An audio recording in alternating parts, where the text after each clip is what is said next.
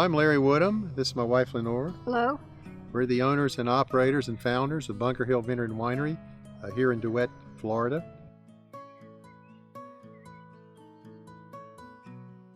Nothing like we have done here has been done before. So we're a very unique vineyard winery.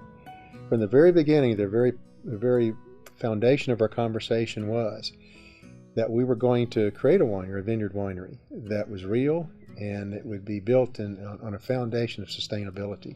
So on that foundation, that's where it really started. But it was also recognition that today we are not making wines the way we used to make them in the past. The purpose of winemaking is to capture a single harvest in the form of a wine product and to project that single harvest indefinitely into the future with no end time. It is not to source juices and concentrates, mix and blend and match a color chart. That's not what winemaking is about. This really never has been. But that's how most of the wines are made today. So every wine that we make here is whole fresh, everything is seasonal, and we're tied to the earth. We sell out of things all the time, but that's because of the harvest. Mother Nature sits at our table, and our guests and our customers understand that. It takes some getting used to from the outsiders because we go to our stores all around America and we expect the wine to always be sitting on the shelf. But those are juices and concentrates primarily, not whole fresh stuff like we produce here. We did elect to go through the Florida Department of Agriculture and Consumer Services and set ourselves up as a certified Florida Farm winery. That was important to us. You have to produce at least 60% of your wines from Florida-grown commodities or you can't be certified. Well, we're at 97%, so we far exceed the minimums required by law. So the Florida legislature in those early days decided to create something called the Certified Florida Farm Winery Law. It didn't work because it was too restrictive. About 5 years ago, the Florida legislature went back into session, and with some of our impetus, because we were behind the scenes pushing this too, was to get it changed to be more inclusive, to where it would simply say 60% of Florida-grown commodities, because that opened the door to a much greater resource of potential wines when you can include things like citrus, you can include things like blueberries and strawberries and all the other commodities we grow out of the soils of the state. Like I told you from the very beginning, we started our business here on with the whole concept of sustainability. As time progressed, the Manatee County Chamber of Commerce here recognized that. They wanted to come up with they had a Green Business of the Year in Manatee County. Well, they came to us and said, man, you guys are doing all this stuff. It's just unbelievable. We want you to participate. We turned them down 4 times. We said, no, that's not who we are. We're not doing this for any kind of recognition or any kind of glory. They explained to us, if we can show your case, maybe we can inspire others to go down the same road, because the chamber does represent business. And so we said, okay, under those circumstances, we'll participate. So we did. And we went through the whole process. You have to go through, they had a book, you have to go through everything, and we just blew them away because everything we did was just more than they could ever anticipate. So that year, we were actually chosen as the Green Business of the Year for Manatee County. And it was inaugural. It had never been done before. But that's part of our certification too. We are certified green at the master level. In fact, the tables in our sitting building here, they came from the pallets that actually shipped the steel in from Pittsburgh. The foam in the building that we have insulated with, that was not developed by us, but it was developed by NASA. They had nothing off the shelf that they could actually insulate the fuel pods with. And you have to keep those temperatures, obviously, in a very narrow range so they don't explode as you go through the atmosphere. So they contracted with Johnson's Jet Propulsion Laboratory at that time, that's what they were called, and they developed this material. Well, today it's available through our insulation services all around America. You spray it on, the R values are off the chart, which means even in Florida, in our extreme heat many times, it just keeps the building at an ideal temperature, doesn't prevent, of course, the coolness, and keeps electrical bills down low. In our wine cave, where all our bottles are laying on their side, we actually took palmetto fronds that are grown on the property here and cut those into lengths so we could use those as the spacers for our wine bottles. See, we're not talking about carbon footprint very much in America. I understand that. But the day's going to come when we're going to have to start looking at that like that, and that's what we try to do here. All the timbers we use in our wine cave to support the wines, a lot of weight, are cut from timbers that we grow on the property here. One quick thing on the buildings too, we have grapevines growing over them. That was intentional from the beginning too. So we started this the year we opened. Now that whole building today is covered in grapevines. What that does, it adds a couple things. It adds an extra layer of natural insulation to the building. But it also enables that building to blend into the environment. Its footprint disappears. The biggest thing we do here in sustainability aspect is we're 100% recyclable wine bottles. And that's 60% of a winery's carbon footprint. So if a winery is not recycling wine bottles, they're doing nothing. Since the day we opened, we've never purchased a single wine bottle. Glass just has no end time. The whole idea is that if you're going to run a business today, any business, you need to run it in a green, sustainable way. That's absolutely should be the foundation of every business.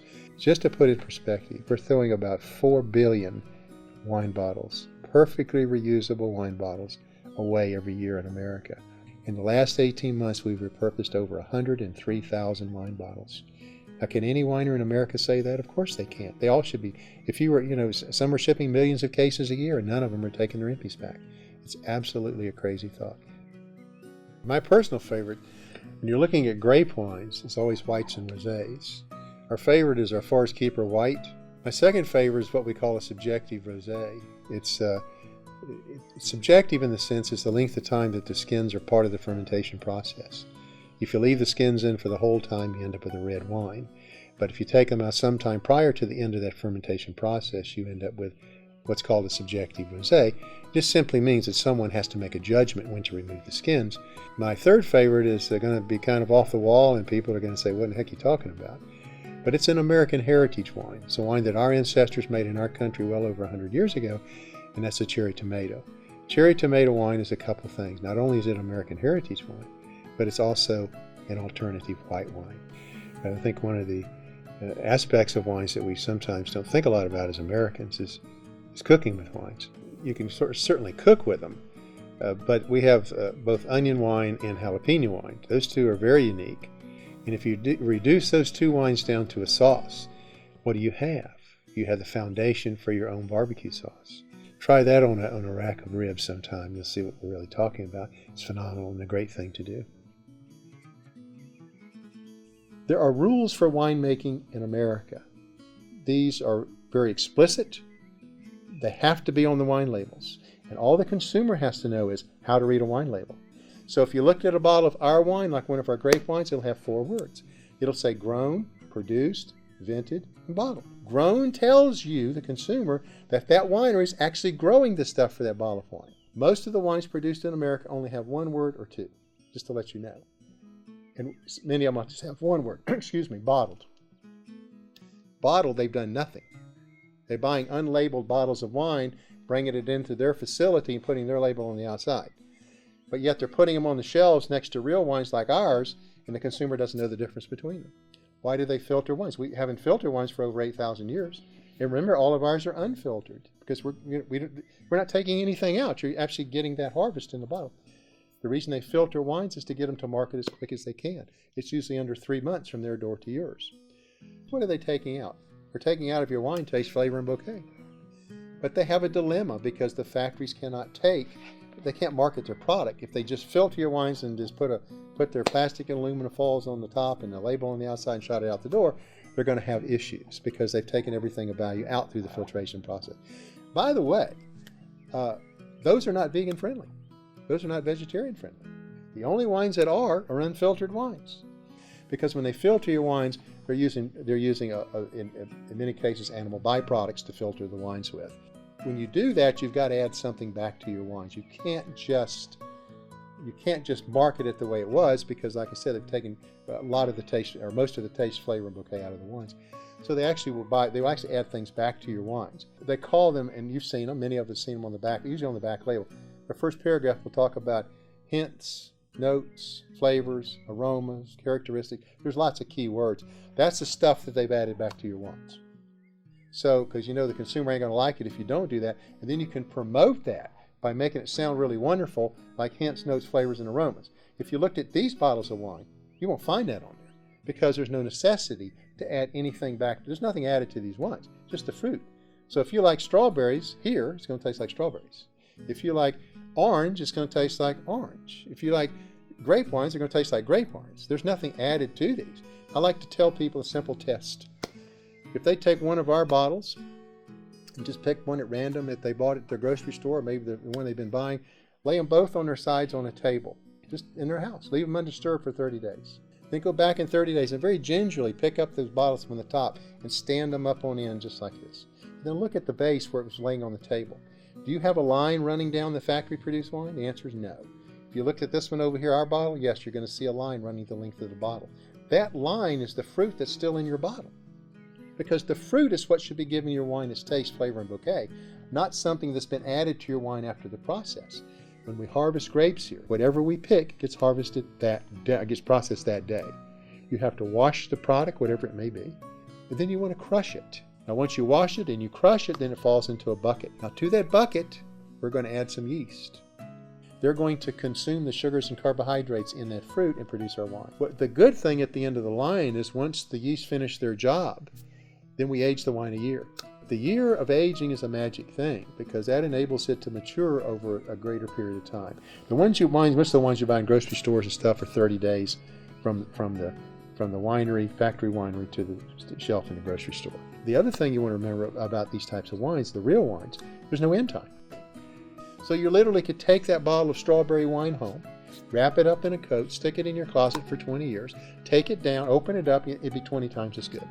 It's not going to turn to vinegar. It's going to be 20 times as good. That's how real wines work. There is no end time. Because remember, the purpose is to capture a single harvest and to extend that single harvest indefinitely into the future with no end time. This is what it's all about. This is the reason wines are made and created. It isn't to enrich a handful of people and corporations. It's actually to create a product that can be shared and enjoyed for generations to come. That's what winemaking is really all about, and that's what we produce here. We're not out to be millionaires. We're out to make a product that exceeds anything on the marketplace today.